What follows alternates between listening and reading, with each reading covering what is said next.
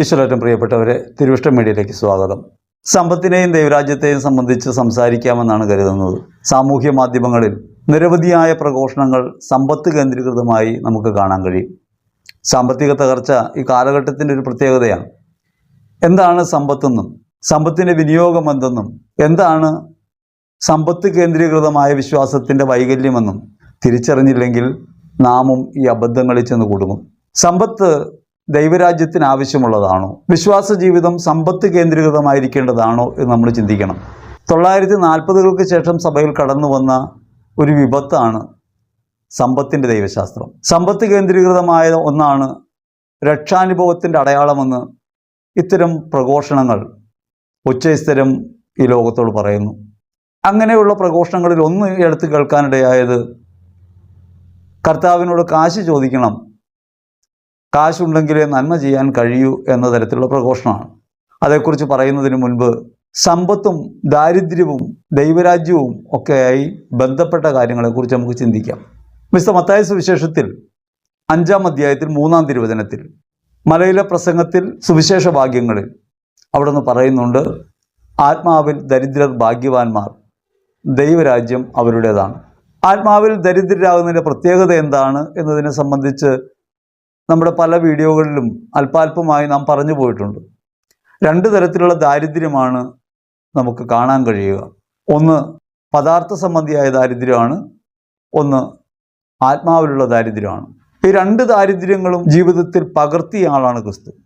അവിടുന്ന് ഈ ഭൂമിയിലേക്ക് വരുമ്പോൾ തൻ്റെ സർവ്വസമ്പന്നതയും ഉപേക്ഷിച്ചിട്ടാണ് മനുഷ്യനായി അവിടുന്ന് ഭൂമിയിൽ അവതരിച്ചത്.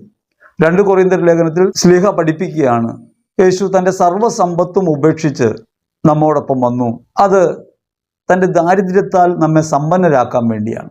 ജീവിതത്തിൻ്റെ പരമമായ കേന്ദ്രം എന്തായിരിക്കണമെന്നതിനെ സംബന്ധിച്ചൊരു ഓർമ്മപ്പെടുത്തലാണ് ക്രിസ്തു പദാർത്ഥ സംബന്ധിയായ ദാരിദ്ര്യം എടുക്കുന്നതിലൂടെ നമുക്ക് അനുഭവപ്പെടുത്തി തരുന്നത്. യേശു ഭൂമിയിലേക്ക് വരുന്നത് നിസ്വനായിട്ടാണ്. അവൻ ഈ ഭൂമിയിൽ ജീവിച്ചത് തലചായ്ക്കാൻ ഇടമില്ലാത്തൊരുവനായിട്ടാണ്. തൻ്റെ ജീവിതത്തിന് ആധാരമായിട്ടുള്ളത് പിതാവിൻ്റെ സ്നേഹമാണെന്ന് നിരന്തരം പ്രഘോഷിക്കുകയും അപ്രകാരം പിതാവിലേക്കുള്ള യാത്ര തന്നിലൂടെ ആകണമെങ്കിൽ തന്നെ ഉപേക്ഷിച്ച് തനിക്കുള്ളവ കൈവിട്ട് കർത്താവിൻ്റെ പിന്നാലെ യാത്രയാകണമെന്നാണ് അവിടുന്ന് പഠിപ്പിച്ചത്.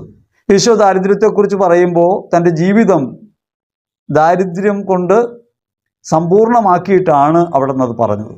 യേശു രാജാവാണ് എന്നത് യാഥാർത്ഥ്യമായിരിക്കെ അവിടുന്ന് ദാസൻ്റെ രൂപത്തിൽ വീണുപോയവൻ്റെ പ്രകൃതത്തിൽ വരുന്നത് ഒന്നുമില്ലാത്തവനായിട്ടാണ്. അപ്പോൾ ക്രിസ്തുവിൻ്റെ ജീവിതം നമ്മെ പഠിപ്പിക്കുന്ന ദാരിദ്ര്യം ഒരു ഭാഗത്ത് പദാർത്ഥ സംബന്ധിയായ ദാരിദ്ര്യമാണ്.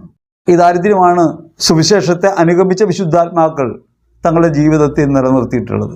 അസീസിയിലെ ഫ്രാൻസിസ് ക്രിസ്തുവിനെ അനുഗമിക്കുന്നത് ദരിദ്രനായിട്ടാണ്. സമ്പന്നനായിരുന്ന ഫ്രാൻസിസ് തൻ്റെ സർവ്വസമ്പത്തും ലൗകികമായ നേട്ടങ്ങളും പരിത്യജിച്ച് ക്രിസ്തുവിനെ അനുഗമിക്കുന്നു.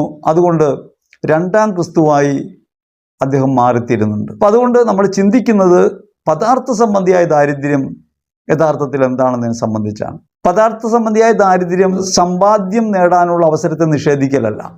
നമുക്ക് ദൈവം 3 കാര്യങ്ങൾ പ്രധാനമായിട്ട് നൽകിയിട്ടുണ്ട്. ഒന്ന് കഴിവാണ്, ഒന്ന് അതിൻ്റെ പ്രയോഗശേഷിയാണ്, 3-ാമത് അതിനുള്ള അവസരമാണ്. സമ്പത്ത് നേടാൻ അല്ലെങ്കിൽ ജീവിതത്തിൽ അധ്വാനിക്കാൻ, അധ്വാന ഫലം കൊണ്ട് ഉപജീവനം കഴിക്കാൻ ദൈവം നമുക്ക് നൽകുന്ന 3 സാധ്യതകൾ കഴിവും പ്രയോഗശേഷിയും അവസരവുമാണ്. ഈ കഴിവും പ്രയോഗശേഷിയും അവസരവും ഉപയോഗിക്കാതെ അലസനായിരിക്കുന്നതിലല്ല കാര്യം. ഇവയൊക്കെ ഉപയോഗിക്കുമ്പോഴും ആത്യന്തിക ലക്ഷ്യം പരനന്മയായിട്ട് മാറണമെന്നാണ്. ആത്യന്തിക ലക്ഷ്യം ഉപനന്മയാകരുത്. ഉപനന്മയാണ് ഉപജീവനത്തിനുള്ള വക. നാം അധ്വാനിക്കുന്നു, അധ്വാനിക്കുന്നതിന് ഒരു പ്രതിഫലം നമുക്ക് ലഭിക്കുന്നു. ആ പ്രതിഫലം യഥാർത്ഥത്തിൽ നമ്മുടെ അധ്വാനത്തിൻ്റെ മൂല്യമല്ല, നമുക്ക് ജീവിത നിലവാരത്തിനനുസരിച്ച് കഴിയാനുള്ള വകയാണ്. ഒരു ദിവസം ഒരാൾ ജോലി ചെയ്യുമ്പോൾ അയാൾക്ക് കിട്ടേണ്ടത് അയാളുടെ ഉപജീവനം കഴിക്കാനുള്ള വകയാണ്. അതാണ് കൂലിയുടെ അടിസ്ഥാനം. കോർപ്പറേറ്റ് സംവിധാനത്തിൽ സിഇഒമാർക്ക് കിട്ടുന്ന ശമ്പളവുമായിട്ട് അതിനെ കണക്ക് കൂട്ടരുത്. കോടിക്കണക്കിന് രൂപയാണ് കോർപ്പറേറ്റ് മൂലധനം സിഇഒമാർക്ക് കൊടുക്കുന്നത്. ഇന്ത്യയിലൊരു സാധാരണ മനുഷ്യൻ ജീവിതകാലം മുഴുവൻ അധ്വാനിച്ചാൽ കിട്ടാത്ത തുക ഒരു സിഇഒയ്ക്ക് ശമ്പളമായി കിട്ടുന്നുണ്ട്. അപ്പോൾ സമ്പത്ത് നേടുക എന്നത് ഉപജീവനത്തിനുള്ള വകയാണെന്നും അതിനുള്ള കഴിവും പ്രയോഗശേഷിയും അവസരവും തരുന്നത് ദൈവമാണെന്നും സമ്പത്തിൻ്റെ ഉടയവൻ ദൈവമാണെന്നും തിരിച്ചറിയണം.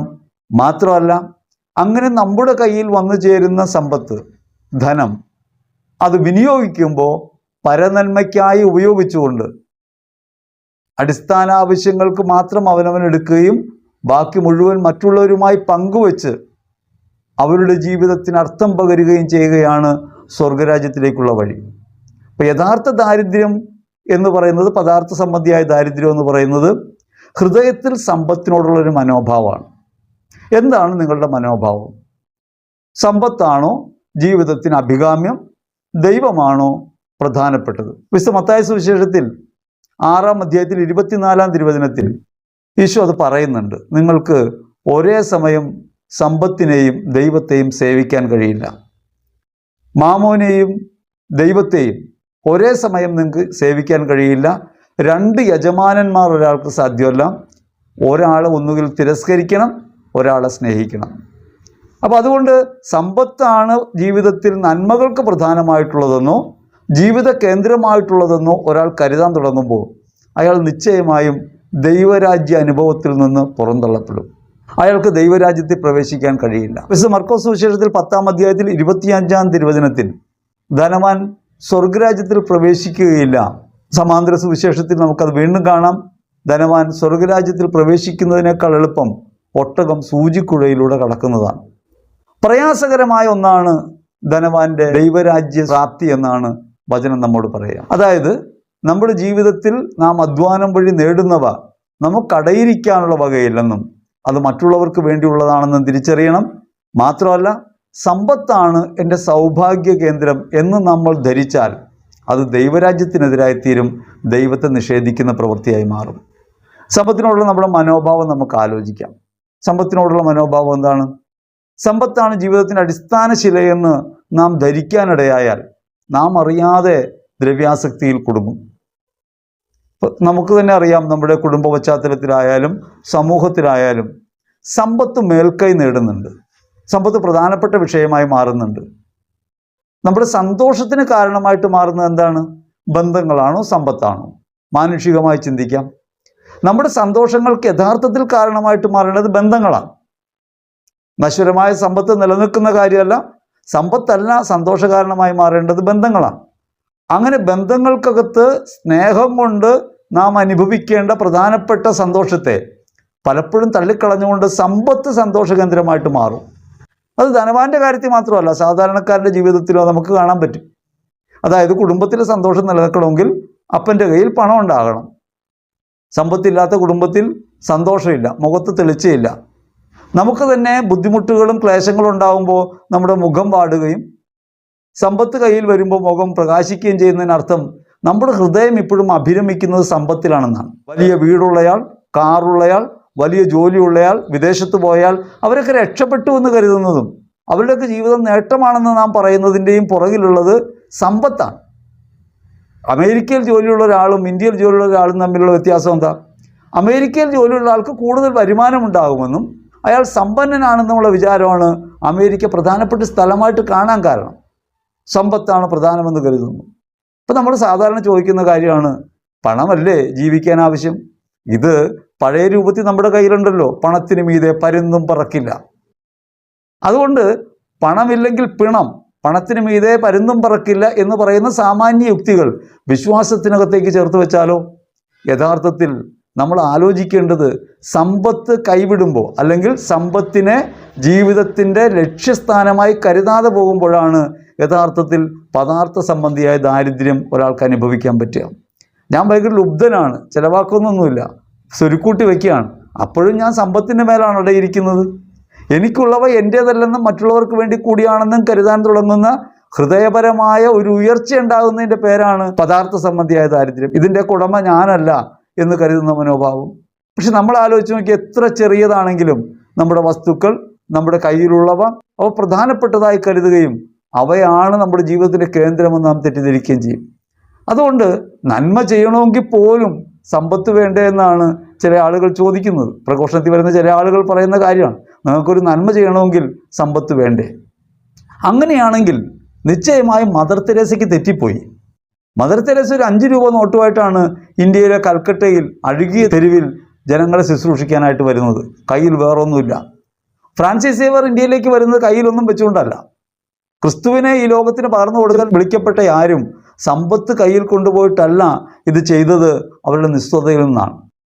ഞങ്ങൾ ഈ ലോകത്തിൻ്റെ ചപ്പും ചവറും പോലെയും എല്ലാറ്റിൻ്റെയും ഉച്ഛിഷ്ടം പോലെയും ആയി തീർന്നിരിക്കുന്നു എന്ന് പറയുന്ന ശ്ലീഹ ആ അനുഭവത്തിൽ നിന്നാണ് ലോകം മുഴുവൻ സുവിശേഷം പ്രഘോഷിക്കാനായിട്ട് ഇടയാകുന്നത്. നമ്മൾ മനസ്സിലാക്കേണ്ട കാര്യം, പദാർത്ഥ സംബന്ധിയായ ഒരു ദാരിദ്ര്യം നമുക്ക് എത്രത്തോളം അനുഭവിക്കാൻ പറ്റുന്നുണ്ട്.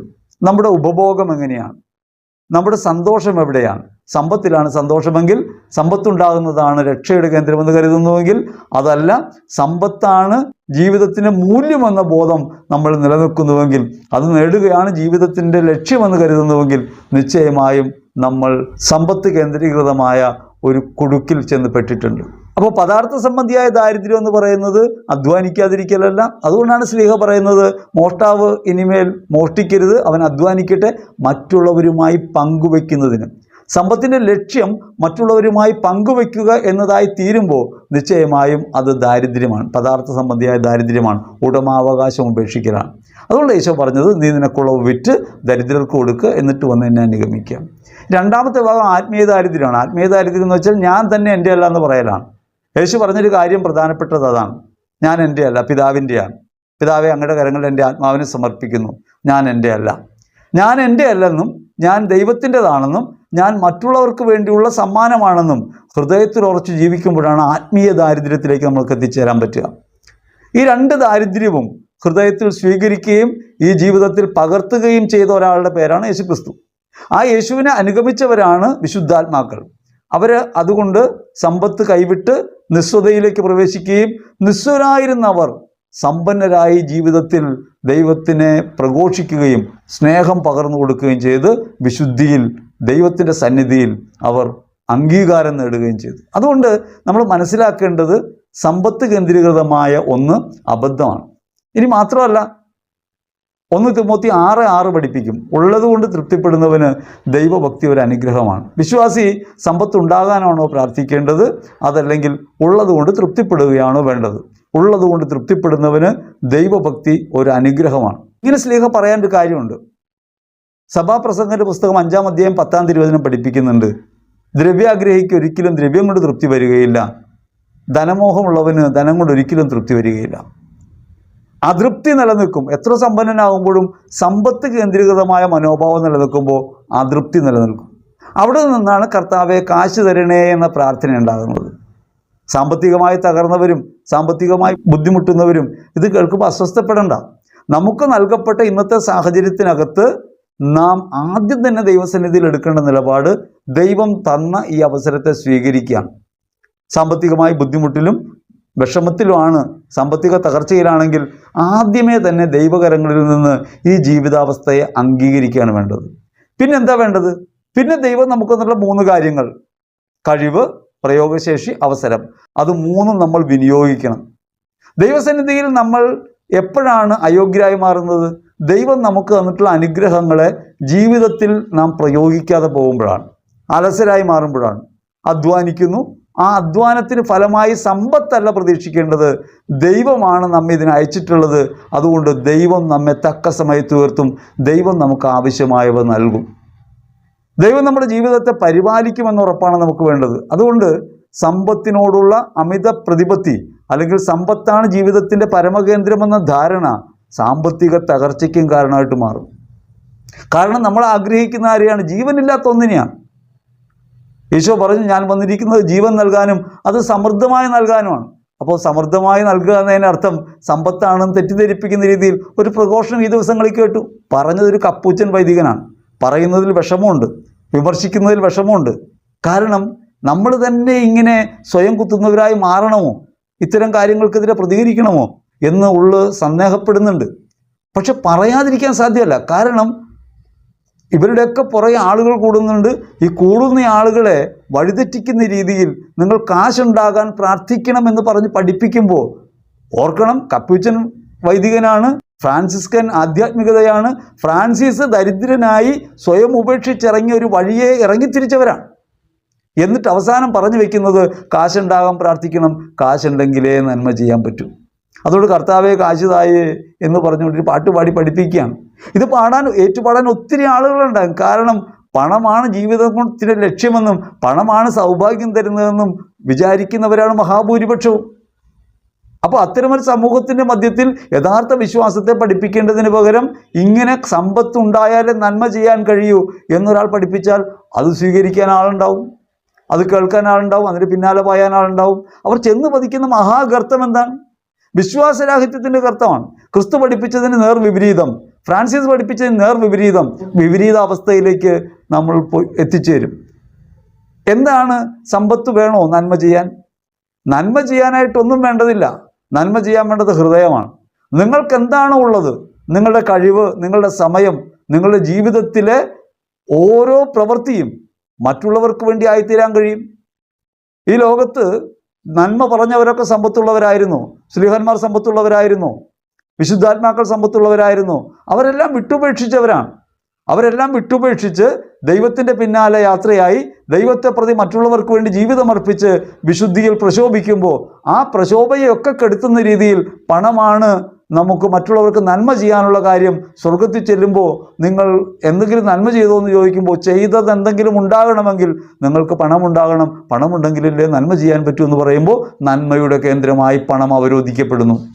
ക്രിസ്തുവാണ്, ദൈവത്തിൻ്റെ ആത്മാവാണ് നന്മയുടെ പരമമായ കേന്ദ്രമെന്നിരിക്കെ ആ പ്രകാരം ദൈവത്തിൻ്റെ മാർഗത്തിൽ ചരിക്കാൻ ലോകത്തെ പ്രേരിപ്പിക്കേണ്ടതിന് പകരം ദൈവരാജ്യത്തിൻ്റെ ലക്ഷ്യം സമ്പത്താണ്. സമ്പത്തുണ്ടെങ്കിൽ മാത്രമേ നിങ്ങൾക്ക് നന്മ ചെയ്യാൻ പറ്റൂ. രക്ഷയുടെ കേന്ദ്രം ധനമാണെന്ന് തെറ്റിദ്ധരിപ്പിക്കുന്നു. യഥാർത്ഥത്തിൽ സഹതാപം തോന്നുന്നുണ്ട് വിശുദ്ധ ഫ്രാൻസിസ് അസീസിയെ ഇങ്ങനെ അവമതിച്ച് ഈ സഭയിൽ ജീവിക്കുന്നത് എത്രത്തോളം മോശമാണെന്ന് സ്വയമൊന്ന് ആലോചിക്കണം. ഇങ്ങനെ പറയുന്നവർ തൻ്റെ ജീവിതത്തിൽ മാടമ്പിയാകാൻ അവസരമുണ്ടായിരുന്നു, സമ്പത്തുണ്ടായിരുന്നു, പ്രഭുകുമാരനായി ജീവിച്ചു. ആ പ്രഭുകുമാരൻ തനിക്കുള്ളവയൊക്കെ ഉപേക്ഷിച്ച് ജീവിതം തന്നെ കർത്താവിൻ്റെ പിന്നാലെയാക്കി രണ്ടുടുപ്പ് ധരിക്കാതെ അവസാനം ധരിക്കുന്ന ഉടുപ്പ് പോലും സ്വന്തമല്ലാതെ കടം കൊണ്ട ഒരു വസ്ത്രം ധരിച്ച് അത് മൂരിക്കളഞ്ഞ് നഗ്നനായി കിടന്ന് മരണമേ സഹോദരി വരൂ എന്ന് പറഞ്ഞ് മരണത്തെ സ്വീകരിച്ച് ക്രിസ്തുവിൻ്റെ പാതയിൽ മുന്നേറിയ മഹാനായ ഒരു വിശുദ്ധനെ ഇങ്ങനെ അവമതിക്കുന്ന അർത്ഥമുണ്ടോ? ഞാൻ ഈ കഴിഞ്ഞ ദിവസം ഫ്രാൻസിസ് അസീസിയുടെ ഒരു ദേവാലയത്തിൽ പോയി. എന്ത് വലിയ സ്വർണ്ണ കിരീടമാണെന്നറിയാമോ അസീസിയുടെ ശിരസിൽ വെച്ചിട്ടുള്ളത്? അദ്ദേഹത്തെ അപമാനിക്കുകയാണ് ആ പ്രവൃത്തിയിലൂടെ. എല്ലാം ഉപേക്ഷിച്ച് ഒരു ചാക്കൊടുത്ത് പുറത്തേക്കിറങ്ങി ജീവിതത്തിൽ അവനവന് ആർജിതമാകാമായിരുന്ന സാഹചര്യങ്ങളൊക്കെ വിട്ടിട്ടാണ് ഫ്രാൻസിസ് പുറത്തേക്ക് ഇറങ്ങിപ്പോകുന്നത്. ഫ്രാൻസിസിൻ്റെ കാലത്ത് തന്നെ ഫ്രാൻസിസിനെതിരായ ആളുകളുണ്ടായിരുന്നു കേട്ടോ. ഫ്രാൻസിസിൻ്റെ കാലത്ത് തന്നെ ഫ്രാൻസിസിൻ്റെ ഈ ദാരിദ്ര്യം, മുടിഞ്ഞ ദാരിദ്ര്യം വേണ്ടെന്ന് തീരുമാനിച്ച കുറേ ആളുകൾ സഭയ്ക്കകത്തുണ്ടായിരുന്നു. അതേപോലെ തന്നെ ഫ്രാൻസിസിൻ്റെ ശവകുടീരത്തിന് മുൻപിൽ നേർച്ചപ്പെട്ടി വയ്ക്കുമ്പോൾ അത് ലിയോ തട്ടിമാറ്റുന്നതായിട്ട് സെയിൻറ്റ് ഫ്രാൻസിസ് എന്നതിന് നമുക്ക് കാണാൻ പറ്റും. ഫ്രാൻസിസിൻ്റെ ശവകുടീരത്തിന് മുമ്പിൽ നേർച്ചപ്പെട്ടി വയ്ക്കുകയാണ്. ആ നേർച്ചപ്പെട്ടി തട്ടി എറിഞ്ഞു കളയുന്നു. അതിന് ലിയോയെ പൊതിരെ തല്ലുന്നൊരു അനുഭവമുണ്ട്. അപ്പോൾ അതുകൊണ്ട് നമ്മൾ മനസ്സിലാക്കേണ്ടത് നാം അറിയാതെ വഴിതെറ്റുന്നു. സമ്പത്താണ് പ്രധാനമെന്ന നിലയ്ക്ക് വരുന്നു. അങ്ങനെ സമ്പത്ത് ജീവിതത്തിൽ പ്രധാനമായിട്ട് വരുമ്പോൾ നമ്മൾ ആലോചിക്കണം, അത് ദൈവത്തിനെതിരെ ഒരു തിന്മയായിട്ടാണ് വരിക. ദ്രവ്യാസക്തി എന്ന് പറയുന്നത് പ്രഭാഷകൻ്റെ പുസ്തകം 5:10 പറഞ്ഞതിൽ തുടങ്ങുന്നതാണ്. ധനമോഹം ഒരിക്കലും തൃപ്തി തരില്ല. 10 100 കിട്ടണമെന്ന് ആഗ്രഹിക്കും. സ്വാഭാവികമായി പണത്തോട് നമുക്ക് ആഭിമുഖ്യം ഉണ്ടാവും. അങ്ങനെ ആഭിമുഖ്യം തൃപ്തി തരാതെ വരുമ്പോഴാണ് ഈ നെട്ടോട്ടം ദുരാർത്തിയായി മാറുന്നതും എല്ലാറ്റിൻ്റെയും ഉടയവനായി മാറാനുള്ള വ്യഗ്രതയിലേക്ക് മനുഷ്യനെ നടത്തുകയും ചെയ്യുന്നത്. അതുകൊണ്ട് നാം തിരിച്ചറിയേണ്ടതുണ്ട്, സമ്പത്ത് ദൈവരാജ്യത്തിന് അനുഗുണമായൊരു കാര്യമല്ല. ഇനി നമ്മൾ ജോലി ചെയ്യുന്നു, നമ്മൾ അധ്വാനിക്കുന്നു, നമുക്കതിന് വരുമാനം ഉണ്ടാകണ്ടെന്ന് ആരാ പറയണേ? ഉണ്ടാവണമല്ലോ. നമ്മൾ അധ്വാനിക്കുമ്പോൾ ഫലം ഉണ്ടാവും. ആ അധ്വാനിക്കുമ്പോൾ ഫലം ഉണ്ടാകുന്നത് രണ്ട് തരത്തിലും, നേട്ടമാണെങ്കിലും കോട്ടമാണെങ്കിലും അതൊരു ഫലം തന്നെയാണ്. നമ്മൾ അതിലൂടെ ആർജിക്കുന്നത് എന്താണ്? ആത്മസാക്ഷാത്കാരമാണ്. നമ്മൾ അധ്വാനിക്കുന്നതിലൂടെ നമുക്ക് കിട്ടുന്നത് എന്താ? നിങ്ങൾക്ക് എത്ര പണം ഉണ്ടായാലും നിങ്ങൾക്കൊരു നേരം 10 ബിരിയാണി കഴിക്കാൻ പറ്റുമോ? നിങ്ങൾക്ക് എത്ര ധനമുണ്ടായാലും ഒരു വലിയ മാളിക തന്നെയുണ്ട്, മാളികയിൽ 10 മുറിയുണ്ട്, എത്ര മുറി നിങ്ങൾക്ക് കിടക്കാൻ പറ്റും? നിങ്ങൾക്ക് 10 കട്ടിലുണ്ട്, ചന്ദനക്കട്ടിലാണ്, എത്ര കട്ടിലെ കിടക്കാൻ പറ്റും? ചന്ദനക്കട്ടിലെ കിടന്ന ഉറക്കം വരുമെന്ന് തോന്നുന്നുണ്ടോ? ഉറക്കം വരണ്ടേ? ഉറക്കം വന്നാൽ എവിടെ കിടന്നാലും ഉറങ്ങും. അപ്പം നമ്മൾ ഈ ലോകത്തിൻ്റെ മൂല്യങ്ങളെ പ്രധാനമായി കാണുന്ന തരത്തിൽ സമ്പത്തിനെക്കുറിച്ച് പ്രഘോഷിക്കുന്നത് യഥാർത്ഥത്തിൽ സഭാവിരുദ്ധമായൊരു കാര്യമാണ്, സഭയുടെ ആധ്യാത്മികതയ്ക്കെതിരായൊരു കാര്യമാണ്. എന്തുകൊണ്ടോ നമ്മൾ ഇന്ന് സമ്പത്തിൻ്റെ സുവിശേഷത്തിൻ്റെ പിന്നാലെയാണ്. അതുകൊണ്ട് പണം കിട്ടാൻ വേണ്ടിയാണ് പ്രഘോഷണം എന്ന നിലയ്ക്ക് വരുന്നു. സാമ്പത്തികമായി തകർന്നവരോ ഏതെങ്കിലും തരത്തിൽ ബുദ്ധിമുട്ട് അനുഭവിക്കുന്നവരോ കടബാധ്യതയുള്ളവരോ ഈ പ്രഘോഷണം കേൾക്കുന്നുണ്ടെങ്കിൽ നിങ്ങൾ ആലോചിക്കണം, നമ്മൾക്ക് പറ്റിയ കൈപ്പിഴവുകൾ കൊണ്ടോ നമ്മുടെ ജീവിതത്തിലെ വീഴ്ചകൾ കൊണ്ടോ എവിടെയെങ്കിലുമൊക്കെ തകർച്ചകൾ നമുക്കുണ്ടായെങ്കിൽ നമ്മൾ അതിൽ നിന്ന് കരകയറാനായി നമ്മൾ ദൈവത്തിൻ്റെ സന്നിധിയിൽ പ്രാർത്ഥിക്കുമ്പോൾ പ്രാർത്ഥിക്കേണ്ടത് സമ്പത്തുണ്ടാകാനല്ല. നമ്മുടെ പ്രയത്നങ്ങൾ ഫലമണിയണമെങ്കിൽ ദൈവത്തിൻ്റെ കയ്യൊപ്പ് വേണം. നമ്മുടെ ഏത് പ്രയത്നവും ഫലപ്രാപ്തിയിലെത്തുന്നത് ദൈവാശ്രയത്വത്തിലാണ്. അതുകൊണ്ട് ദൈവാശ്രയത്വത്തോടെ നിങ്ങൾ അധ്വാനിക്കുക, ദൈവാശ്രയത്വത്തോടെ അധ്വാനിക്കുക. നിങ്ങളെ തടുക്കാൻ ഒരു പൈശാചിക തിന്മയും ഇല്ല എന്ന് വിചാരിക്കുക. ധൈര്യപൂർവ്വം നിങ്ങൾ ചെയ്യുന്ന പ്രവൃത്തിയിൽ മുന്നേറുക. കാപട്യമില്ലാതെ വിശ്വസ്തയോടെ നിങ്ങളുടെ പ്രവൃത്തിയിൽ നിങ്ങൾ മുന്നേറുമ്പോൾ നിങ്ങളുടെ ജീവിതത്തിൽ നിങ്ങൾക്ക് ആവശ്യമുള്ളവ തരാൻ കഴിവുള്ളവനാണ് ദൈവം. അവിടുന്ന് അത് നിറവേറ്റും. അതിനെക്കുറിച്ച് ഉത്കണ്ഠപ്പെടേണ്ടതില്ല. അതുകൊണ്ട് നിങ്ങൾ ആശങ്കപ്പെടേണ്ടതില്ല.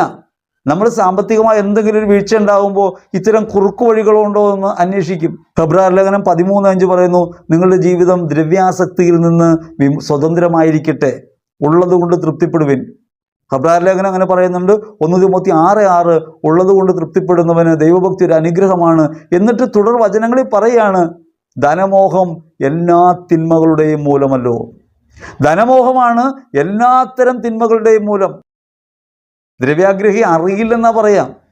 പ്രഭാഷകന്റെ പുസ്തകം പറഞ്ഞ ദ്രവ്യാഗ്രഹി അറിയില്ല, വഴിതെറ്റിപ്പോകുന്നത് അറിയില്ല. സമ്പത്താണ് പ്രധാനമെന്ന് വരുമ്പോൾ അവൻ എല്ലാ കാര്യങ്ങളും അവഗണിച്ച് സമ്പത്തിൽ മാത്രം കേന്ദ്രീകരിക്കും. അതുകൊണ്ട് ജീവിത ബന്ധങ്ങൾക്കകത്ത് തകർച്ചയുണ്ടാക്കുന്നു, ജീവിതത്തെ അഹങ്കാരത്തിലേക്ക് നയിക്കുന്നു, തൻ പ്രമാണിത്വത്തിലേക്ക് ഉയർത്തുന്നു. അങ്ങനെ സമ്പത്ത് ഒരുവിനെ കൊണ്ടുചെന്ന് ചാടിക്കുന്നത് അഗാധമായ ഗർത്തത്തിലേക്കാണ്. അതുകൊണ്ടാണ് കൊളോസ്യർ ലേഖനം 3:5 പറഞ്ഞത്, ദ്രവ്യാസക്തി തന്നെയാണ് വിഗ്രഹാരാധന. ഒന്നാം പ്രമാണ ലംഘനമാണ് ദ്രവ്യാസക്തി. നിങ്ങൾ ജോലിയില്ലാതെ വിഷമിക്കുമ്പോൾ ജോലി കിട്ടണം എന്ന് പറയുന്നത്, ജോലി വേണം, ജോലി കിട്ടണമേ എന്ന് പ്രാർത്ഥിക്കുന്നത് തെറ്റാണെന്നല്ലേ ഈ പറഞ്ഞതിനർത്ഥം. നിങ്ങൾ തുടങ്ങിയ ഒരു സംരംഭം വിജയത്തിലെത്തണമെന്ന് നിങ്ങൾ ആഗ്രഹിക്കണം, തെറ്റില്ല അതിൽ. അത് സമ്പത്തുണ്ടാക്കാനാണോ? എന്തിനാണ് സംരംഭം ആരംഭിക്കുന്നത്? നിങ്ങൾക്ക് ദൈവം നൽകിയിട്ടുള്ള കഴിവ്, നിങ്ങൾക്ക് ദൈവം നൽകിയിട്ടുള്ള അവസരങ്ങൾ, അതും പരമാവധി പ്രയോജനപ്പെടുത്തുകയും അതിലൂടെ നിങ്ങൾക്ക് ആർജിക്കാവുന്നവ ആർജിച്ചെടുക്കാനും കഴിയും. ആർജിക്കുന്നത് അവരനുമായി പങ്കുവെക്കാനാണെന്ന ബോധം വേണം. കാശ് തരണേ, കാശ് തരണേ കർത്താവേ എന്ന് പ്രാർത്ഥിക്കുന്നത് മഹാബദ്ധമാണ്, മഹാബദ്ധമാണ്. അത് വിശ്വാസ വിരുദ്ധമായൊരു പ്രവൃത്തിയാണെന്ന് നമ്മൾ തിരിച്ചറിയണം. മേൽപ്പറഞ്ഞ പുരോഹിതൻ പറയുന്നത് ദൈവരാജ്യ നിർമ്മിതിക്ക് പണം വേണമെന്നാണ്. എന്താണ് ദൈവരാജ്യം? ആദ്യം അതറിയണമല്ലോ. നീതിയും സമാധാനവും പരിശുദ്ധാത്മാവിലുള്ള സന്തോഷവും. റോമർ ലേഖനം 14:17 പഠിപ്പിക്കുന്നുണ്ട്. ദൈവരാജ്യം എന്നാൽ ഭക്ഷണമോ പാനീയമോ അല്ല, നീതിയും സമാധാനവും പരിശുദ്ധാത്മാവിലുള്ള സന്തോഷവും. അങ്ങനെ നീതിയും സമാധാനവും പരിശുദ്ധാത്മാവിലുള്ള സന്തോഷവും നിർമ്മിക്കാൻ പണം വേണമെന്നാണ് ഈ പുരോഹിതൻ പറയുന്നത്. എന്തൊരു അബദ്ധമാണെന്ന് നോക്കിയേ. എന്താണ് നീതി? ദൈവനീതി കരുണയാണ്. ആ കരുണയ്ക്ക് എന്തിനാണ് പണം? നിങ്ങൾ സാമ്പത്തികമായി ഉയർന്നയാളല്ല, നിങ്ങളുടെ കയ്യിൽ മറ്റുള്ളവർക്ക് കൊടുക്കാൻ പണമില്ല, നിങ്ങളുടെ കയ്യിൽ സമയമുണ്ടല്ലോ, നിങ്ങൾക്ക് സമൃദ്ധമായി തന്നിട്ടുള്ള സ്നേഹമുണ്ടല്ലോ, നിങ്ങൾക്ക് നല്ല കഴിവുകളുണ്ടല്ലോ, അത് മറ്റുള്ളവർക്ക് വേണ്ടി വിനിയോഗിക്കണം. ദൈവരാജ്യം പണം ശേഖരിക്കുന്നൊരു സ്ഥലമാണോ? അവിടെ ലൗകികമായ നിർമ്മിതികളുണ്ടോ? ദൈവരാജ്യം എന്നാൽ അവരിനോടുള്ള ബന്ധത്തിനകത്താണ് വെളിപ്പെടേണ്ടത്. സ്നേഹമുള്ളിടത്താണ് അത് അനുഭവിക്കുക. അതുകൊണ്ടാണ് 2 പേർ എൻ്റെ നാമത്തിൽ ഒരുമിച്ച് കൂടുമ്പോൾ, ക്രിസ്തുവിൻ്റെ നാമത്തിൽ എവിടെയായിരിക്കുന്നുവോ അത് ദൈവരാജ്യം. ദൈവരാജ്യം നിങ്ങളിൽ തന്നെ. നിങ്ങൾ ഏതവസ്ഥയിലാണെങ്കിലും, കഷ്ടതയിലും ക്ലേശത്തിലും ബുദ്ധിമുട്ടിലുമാണെങ്കിലും നിങ്ങളുടെ അകത്താണ് ദൈവരാജ്യം. നിങ്ങളിൽ അവൻ വസിക്കുന്നു. ദൈവത്തിൻ്റെ പരിശുദ്ധാത്മാവാണ് ദൈവത്തിൻ്റെ സമ്പത്ത്. ആ സമ്പത്തിന് വേണ്ടിയാണ് പ്രാർത്ഥിക്കേണ്ടത്. അതിന് പകരം നിങ്ങൾ ലൗകികമായ സമ്പത്തിന് വേണ്ടി പ്രാർത്ഥിക്കുമ്പോൾ വാസ്തവത്തിൽ നിങ്ങൾ ദൈവരാജ്യ വിരുദ്ധമായിട്ടാണ് പ്രവർത്തിക്കുന്നത്. നമ്മൾ പ്രാർത്ഥിക്കുമല്ലോ, കാശുണ്ടായെങ്കിൽ കൊള്ളായിരുന്നു എന്ന് ആഗ്രഹമില്ലാത്ത ആരാളെ? ഈ ആഗ്രഹം സ്വാഭാവികമായിട്ട് എല്ലാവർക്കും ഉള്ളതാ.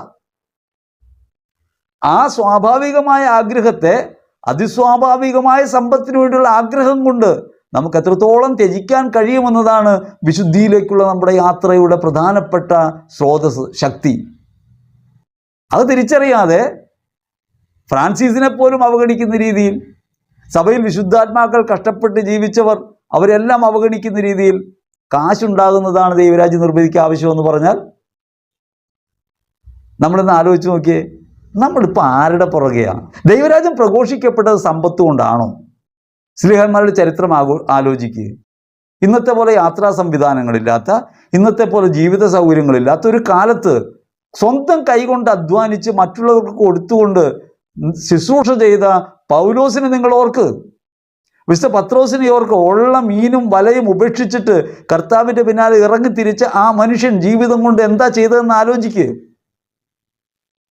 തന്നെ കുരിശി തറയ്ക്കുന്ന നേരത്ത് തലകീഴായി തറയ്ക്കണമെന്ന് പറയാൻ മനസ്സ് കാണിച്ച ആ മഹാവിശുദ്ധൻ്റെ പിൻഗാമികളെന്ന് അവകാശപ്പെട്ടുകൊണ്ടാണ് നമ്മൾ ഈ തിന്മ പറയുന്നത്. അതുകൊണ്ട് ആലോചിക്കേണ്ടതുണ്ട്, ദൈവരാജ്യത്തിൻ്റെ പടുത്തുയർത്തലിന് പണമല്ല വേണ്ടത്, നിന്റെ മനസ്സാണ്. നിന്റെ ചെറിയ പ്രവൃത്തിയാണ്, നീ വലിയ കാര്യമൊന്നും ചെയ്യണ്ട, ചെറിയ പ്രവൃത്തിയാണ്. ഏത് പ്രവൃത്തിയാണ്? കരുണയുള്ള ഹൃദയം ഉണ്ടാകുക എന്നുള്ളതാണ്, കരുണയുള്ള മനസ്സുണ്ടാകുക എന്നുള്ളതാണ്, അവരതിനു വേണ്ടി സ്വയം ത്യജിക്കാനുള്ള ത്യാഗബുദ്ധി ഉണ്ടാകുക എന്നുള്ളതാണ്, കഷ്ടപ്പാടുകൾ സഹിക്കാൻ, ക്രിസ്തുവിനോടൊപ്പമാണെന്ന ബോധ്യത്തോടെ സഹിക്കാൻ, പീഡകൾ സഹിക്കാൻ മനസ്സുണ്ടാകുക എന്നുള്ളതാണ്. ദൈവരാജ്യം നിർമ്മിക്കപ്പെടുന്നത് രക്തസാക്ഷികളുടെ രക്തത്തിൽ നിന്നാണ്, ജീവൻ അർപ്പിച്ചവരുടെ പുണ്യത്തിൽ നിന്നാണ്. ദൈവരാജ്യത്തിൻ്റെ നിർമ്മിതിക്ക് ആവശ്യമായിട്ടുള്ളത് നമ്മുടെയൊക്കെ സമർപ്പണമാണെന്നാണ് പഠിപ്പിക്കേണ്ടത്.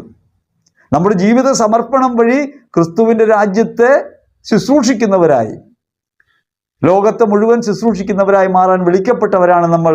അതുകൊണ്ട് ദ്രവ്യാസക്തി എന്നൊരു തിന്മയിൽ നാം പോയി ഉടക്കിപ്പോകരുത്. നാം പോലും അറിയാതെ വഴിതെറ്റിപ്പോയിക്കൊണ്ടിരിക്കുകയാണെന്ന് വേണം പറയാൻ. നാം പോലും അറിയാതെ സമ്പത്താണ് നന്മകളുടെ ഉറവിടമെന്ന തെറ്റിദ്ധാരണയിലേക്ക് നയിക്കപ്പെടുന്നു. ഇത്തരം പ്രഭാഷണങ്ങളിലൂടെ ഒക്കെ സംഭവിക്കുന്നത് ഈ മഹാബദ്ധമാണ്. അതുകൊണ്ട് സാധാരണഗതി ചിന്തിച്ചാൽ കാശുണ്ടെങ്കിലല്ലേ നന്മ ചെയ്യാൻ പറ്റൂ. എന്നിട്ട് നിങ്ങൾ ആലോചിച്ച് നോക്കിയേ, കാശുണ്ടായവരൊക്കെ അങ്ങനെ നന്മ ചെയ്തിരുന്നെങ്കിൽ എന്തായിരുന്നു സ്ഥിതി? ചെയ്യുന്നുണ്ടോ? സന്യാസി എങ്ങനെയാവണം? സന്യാസി നിസ്വനാകണം. ഈ പറഞ്ഞയാൾ സന്യാസിയാ. സന്യാസി നിസ്വനാകണം, സംന്യസിക്കുന്നവൻ, ഉപേക്ഷിക്കുന്നവൻ. അങ്ങനെ സ്വയം ഉപേക്ഷിക്കുന്നയാൾ കാശുണ്ടാവണേ എന്ന് പ്രാർത്ഥിക്കണെന്തിനാ? ഇപ്പോൾ വണ്ടിക്കൂലി ഇല്ലെങ്കിൽ എന്ത് ചെയ്യുന്ന? വണ്ടിക്കൂലി ഇല്ലെങ്കിൽ നടക്കണം. പണ്ട് ഒരു ഈജിപ്ഷ്യൻ സന്യാസിയോട് ഇങ്ങനെ ചോദിക്കുന്നുണ്ട്, ഒരാൾക്ക് വസ്ത്രമില്ലാതെ മുമ്പിൽ കണ്ട എന്ത് ചെയ്യും? അപ്പോൾ പറഞ്ഞു, എൻ്റെ പകുതി വസ്ത്രം ഞാൻ അയാൾക്ക് കൊടുക്കും. അപ്പോൾ വീണ്ടും ചോദിച്ചു, പിന്നെയും ഒരാളെ കണ്ടാൽ എന്ത് ചെയ്യും? ബാക്കിയുള്ളതിൻ്റെ പകുതി മുറിച്ച് ഞാൻ വേറൊരാൾക്ക് കൊടുക്കും. പിന്നെയും വസ്ത്രമില്ലാതെ ഒരാൾ വന്ന് എന്ത് ചെയ്യും? ഞാൻ ഈ ഉള്ള വസ്ത്രം അയാൾക്ക് കൊടുക്കും, എന്നിട്ട് ഒരു കുഴിയിലിറങ്ങി മറഞ്ഞിരിക്കും, ഒരു വസ്ത്രം എനിക്ക് ദൈവം അയച്ചു തരുന്നത് വരെ. ദൈവരാജ്യം എന്നത് നിങ്ങളുടെ ഹൃദയത്തിലുണ്ടാകേണ്ട ഒരു ദാഹമാണ്. അവരതിനു വേണ്ടി മരിക്കാനുള്ള ഹൃദയത്തിനകത്ത് നിന്നാണ് അത് മുളയെടുക്കുന്നത്. മറ്റുള്ളവർക്ക് വേണ്ടി സ്വയം ഉപേക്ഷിക്കുകയും കഷ്ടപ്പാടുകൾ ക്ഷമയോടെ സഹിക്കുകയും ദൈവസന്നിധിയിൽ എളിമയോടെ നിൽക്കാൻ പ്രാപ്തി കാണിക്കുകയും ചെയ്യുമ്പോഴാണ് ദൈവത്തിൻ്റെ പരിശുദ്ധാത്മാവിലുള്ള സന്തോഷം നിങ്ങൾക്ക് അനുഭവിക്കാൻ പറ്റുക. അതുകൊണ്ടാണ് നീതിയും സമാധാനവും പരിശുദ്ധാത്മാവിലുള്ള സന്തോഷവും. സമാധാനം ചെയ്യുക, അകത്തേക്ക് തിരിയാൻ, അവനെ തിരിച്ചറിയാൻ കഴിഞ്ഞാൽ ഒരിക്കലും നമുക്ക് പരാതി പറയാൻ പറ്റില്ല. കിടക്കാൻ ഇടമില്ലാതിരുന്ന കർത്താവിനോട് വീടിൻ്റെ കർത്താവെ വീട് തരണമെന്ന് പരാതി പറയാൻ എങ്ങനെ കഴിയും? സർവ്വസമ്പത്തും ഉപേക്ഷിച്ച് ഭൂമിയിൽ വന്നവനോട്, ദരിദ്രനായി ജീവിച്ച ഒരുവനോട് സമ്പത്ത് തരണമെന്ന് എങ്ങനെ പറയാൻ കഴിയും? പീഡകളേറ്റപ്പോൾ അതിനെ തള്ളിക്കളയാതെ സഹിച്ച് കുരിശിൽ മരിച്ച ഒരുവനോട് പീഡകളിൽ നിന്ന് ഒഴിവാക്കണമെന്ന് എങ്ങനെ പറയാൻ പറ്റും? അപ്പോൾ ജീവിതത്തിലുണ്ടാകുന്ന ഈ ദുരന്താനുഭവങ്ങളും ദുരിതങ്ങളും കർത്താവിനോട് ചേർന്ന് സഹിക്കാൻ മനസ്സ് കാണിക്കുമ്പോഴാണ് നിങ്ങളുടെ അകത്ത് സമാധാനമുണ്ടാകുക. അപ്പോഴാണ് പരിശുദ്ധാത്മാവുള്ള സന്തോഷം അനുഭവമാകുക, ദൈവരാജ്യ അനുഭവമാകുക. ഈ ദൈവരാജ്യാനുഭവത്തിലേക്കാണ് നാം വിളിക്കപ്പെടുന്നത്. അബദ്ധ സുവിശേഷങ്ങളിൽ പെട്ടുപോകരുത്. അതിനെ സുവിശേഷമെന്ന് തന്നെ പറയുന്നതിൽ അർത്ഥമില്ല. നിങ്ങൾ ആലോചിക്കേണ്ടതുണ്ട്, ഇങ്ങനെ പെട്ടുപോകുന്നുണ്ടോ? അപ്പോൾ നിങ്ങൾ സാധാരണ ചോദിക്കും, ഇത്തരം പ്രഘോഷണങ്ങളൊക്കെ ധാരാളം വരുന്നുണ്ടല്ലോ, അതിലെയൊന്നും സഭ നിരോധിക്കുന്നില്ലല്ലോ. സഭ ഒരു കാര്യത്തിൽ തീരുമാനമെടുക്കാൻ വളരെ വൈകും എന്നുള്ളതാണ് ഒരു കാര്യം. പിന്നെ സഭയിൽ ഇങ്ങനെ നിരന്തരമായി ഈ തെറ്റായ പ്രഘോഷണങ്ങൾ ഉണ്ടാകുമ്പോൾ ഈ പ്രഘോഷണങ്ങളെ സംബന്ധിച്ചൊക്കെ പഠനം നടക്കുന്നുണ്ട്. പക്ഷെ സഭ ഒറ്റയടിക്കൊരു തീരുമാനം എടുക്കില്ല. തീരുമാനം എടുക്കാത്തതിന് കാരണം എന്താ? അങ്ങനെ തീരുമാനമെടുത്താൽ അത് ഏകപക്ഷീയമായി പോകാനിടയുണ്ട്. അതുകൊണ്ട് സഭ പരമാവധി അവസരം എല്ലാവർക്കും നൽകുന്നുണ്ട്, പറയുന്നവർക്കും. ഇനി വേറൊരു കാര്യമുള്ളത്, ഇതിനകത്തൊരു ഭയപ്പാടുള്ള കാര്യമുണ്ട്. ഇങ്ങനെ പറഞ്ഞവരൊക്കെ വിട്ടുപോകും. നിങ്ങളിങ്ങനെ പ്രഘോഷിക്കരുതെന്ന് പറഞ്ഞാൽ ഫാൻസ് അസോസിയേഷൻ്റെ കാലമാണല്ലോ, കുറേ ആളുകളെ കൂടെ കൂട്ടിയിട്ടുണ്ടല്ലോ. അങ്ങനെ സഭയ്ക്കകത്ത് ഛിദ്രമുണ്ടാക്കുന്നവരായി മാറിത്തീരും. അതിനെ ഭയന്നിട്ടാവണം സഭാപിതാക്കന്മാർ ഇതിനെക്കുറിച്ച് വ്യക്തമായി ഒരു ധാരണയിലെത്താത്തതെന്നാണ് എൻ്റെ സംശയം. കാരണം അല്ലെങ്കിൽ ഇത് പറയേണ്ടതല്ലേ. സഭ ദാരിദ്ര്യം പ്രഘോഷിക്കുകയും സഭയ്ക്കകത്ത് ജീവിക്കുന്ന ഒരാൾ നിങ്ങൾ കാശുണ്ടാകാൻ പ്രാർത്ഥിക്കണം, സ്വർഗത്തിൽ പോയാൽ നന്മ ഉണ്ടാകണമെങ്കിൽ പണം ഉണ്ടാകണമെന്ന് പഠിപ്പിക്കുമ്പോൾ, ക്രിസ്തീയ മാർഗത്തെ ദുഷിക്കുന്ന ഒരാൾ പ്രസംഗിക്കുമ്പോൾ, അശുദ്ധാത്മാക്കളെക്കുറിച്ച് ഭയപ്പെടുത്തി പറയുമ്പോൾ, തെറ്റായ പ്രഘോഷണങ്ങൾ വരുമ്പോൾ അതിനെക്കുറിച്ച് തീർച്ചയായും നടപടികൾ ഉണ്ടാകേണ്ടതാണ്. അത്തരത്തിൽ നടപടികൾ ഉണ്ടാകാത്തതിൻ്റെ ഒരു വലിയ വൈകല്യം എന്താണെന്നറിയാമോ? അത് അനേകം ആളുകളെ വഴിതെറ്റാനിടയാക്കും. അനേകം ആളുകൾ തെറ്റായ വഴികളിലൂടെ സഞ്ചരിക്കും. അകമേ സമ്പത്തിനോടുള്ള മോഹം വെച്ച് പുറമേ ക്രിസ്തീയത ധരിച്ച് നടക്കുന്ന കാപഢ്യമുള്ള മനുഷ്യരായി വിശ്വാസികൾ മാറിത്തീരും. നാം ദേവാലയത്തിൽ പോകുന്നുണ്ട്, പ്രാർത്ഥിക്കുന്നുണ്ട്, നന്മയൊക്കെ പറയുന്നുണ്ട്, അകമേ ദ്രവ്യാസക്തി ഇങ്ങനെ കുന്നുകൂടുന്നു. ആ ദ്രവ്യാസക്തിയും ഭയത്തിൻ്റെ അശുദ്ധികളും എല്ലാം അകമേ കുമിഞ്ഞുകൂടുന്നു. അതുകൊണ്ട് അകമേ വിശ്വാസത്യാഗികളും പുറമേ വിശ്വാസികളും എന്ന് ഒരു നിലയിലേക്ക് വിശ്വാസികൾ അധപ്പതിക്കാനിടയാകും. ഈശോയിലേറ്റവും പ്രിയപ്പെട്ടവരെ, അതുകൊണ്ട് നമുക്ക് ചെയ്യാവുന്നൊരു കാര്യം എന്താണ്? അബദ്ധ പ്രഘോഷണങ്ങളെ തിരസ്കരിക്കുക, ക്രിസ്തുമാർഗത്തിലേക്ക് തിരികെ നടക്കുക. യേശു നിങ്ങളുടെ അകമയുണ്ട്, അവൻ നിങ്ങളുടെ ജീവിതത്തിൻ്റെ നിയന്താവാണ്. തക്ക സമയത്ത് നിങ്ങളുടെ ജീവിതത്തിൽ അവൻ ഇടപെടും. നിങ്ങൾ തകർന്നു പോകില്ല. അവനിൽ ഉറപ്പുള്ളവരായി ജീവിക്കാൻ നമുക്ക് കഴിയാണ് വേണ്ടത്. അത്തരത്തിലൊരു മനോഭാവത്തോടെ ആത്മവിശ്വാസത്തോടെ മുൻപോട്ട് പോകാൻ ദൈവത്തിൻ്റെ പരിശുദ്ധാത്മാവ് നിങ്ങളെ സമൃദ്ധമായി അനുഗ്രഹിക്കട്ടെ എന്ന് പ്രാർത്ഥിക്കുന്നു. ആമേൻ.